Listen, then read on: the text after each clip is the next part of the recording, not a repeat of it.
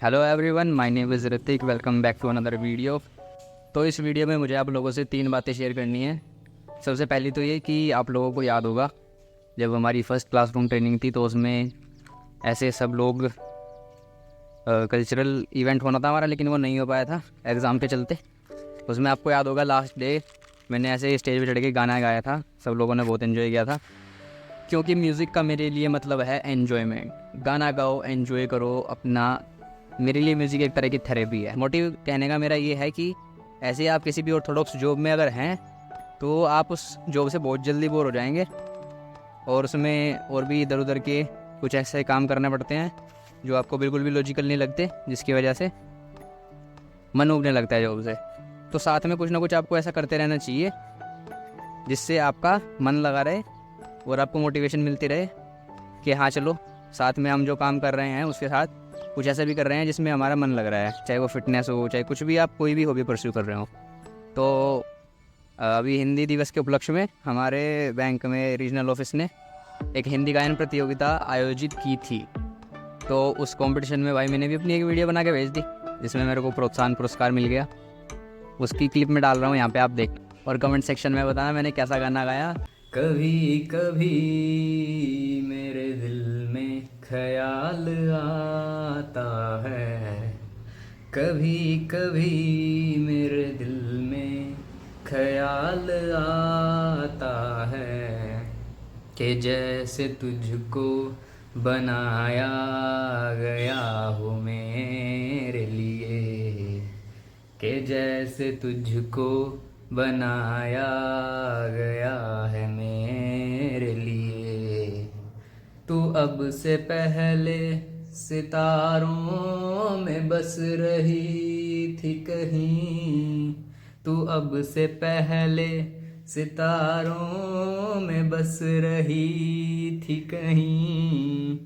तुझे ज़मीं पे बुलाया गया है मेरे लिए, तुझे ज़मीं पे बुलाया गया है मेरे लिए।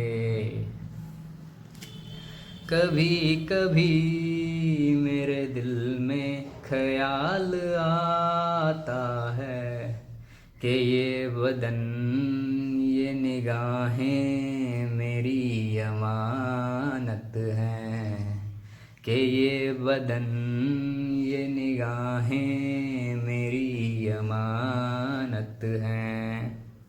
ये गेसुओं की घनी छाँव है मेरी खातिर, ये गेसुओं की घनी छाँव है मेरी खातिर।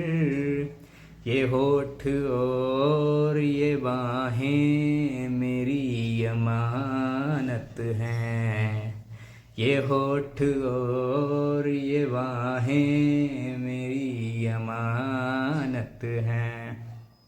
कभी कभी मेरे दिल में ख्याल आता है।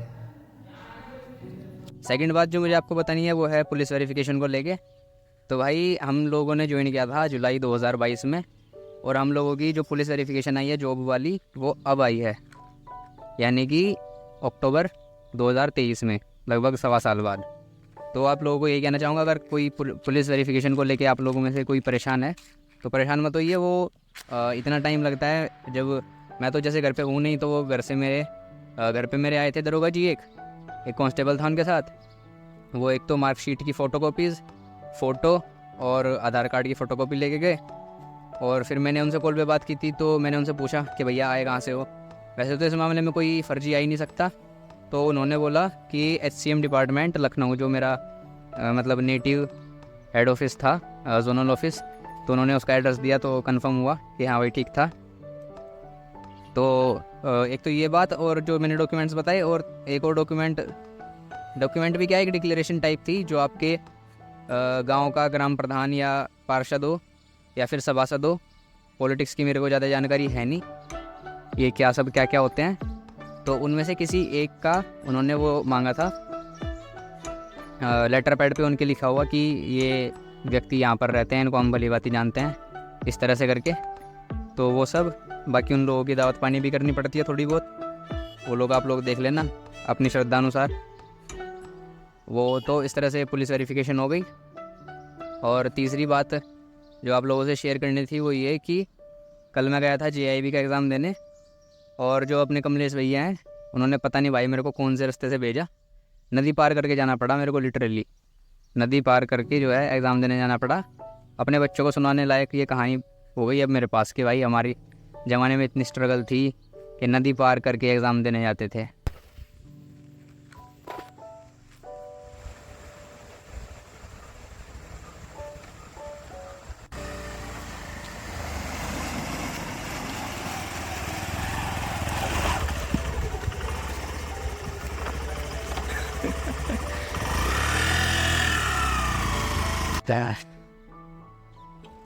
इसको कहते हैं भाई साहब लाइफ में स्ट्रगल।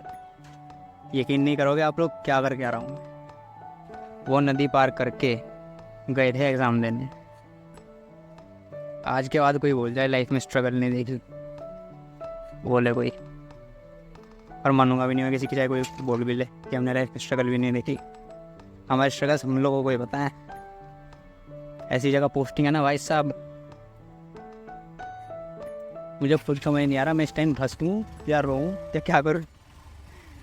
JIB का एग्ज़ाम देकर आ रहे थे मैं, तो JIB का एग्ज़ाम मेरा फाइनली क्लियर हो गया है। अभी फाइनल रिज़ल्ट तो नहीं आया, लेकिन जो मार्क्स आए वो मेरे 50% से अबव थे।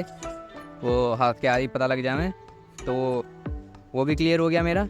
अभी आगे का प्रोसेस बताऊँगा कि कैसे आपको इंक्रीमेंट मिलेगा, क्या सब रहेगा। तो इस वीडियो में बस इतनी बात करनी थी आप लोगों से। उम्मीद कर रहा हूँ आप लोग अपनी तैयारी बढ़िया कर रहे होंगे, जो भी आपके एस्पिरेशंस हैं उन पर काम कर रहे होंगे।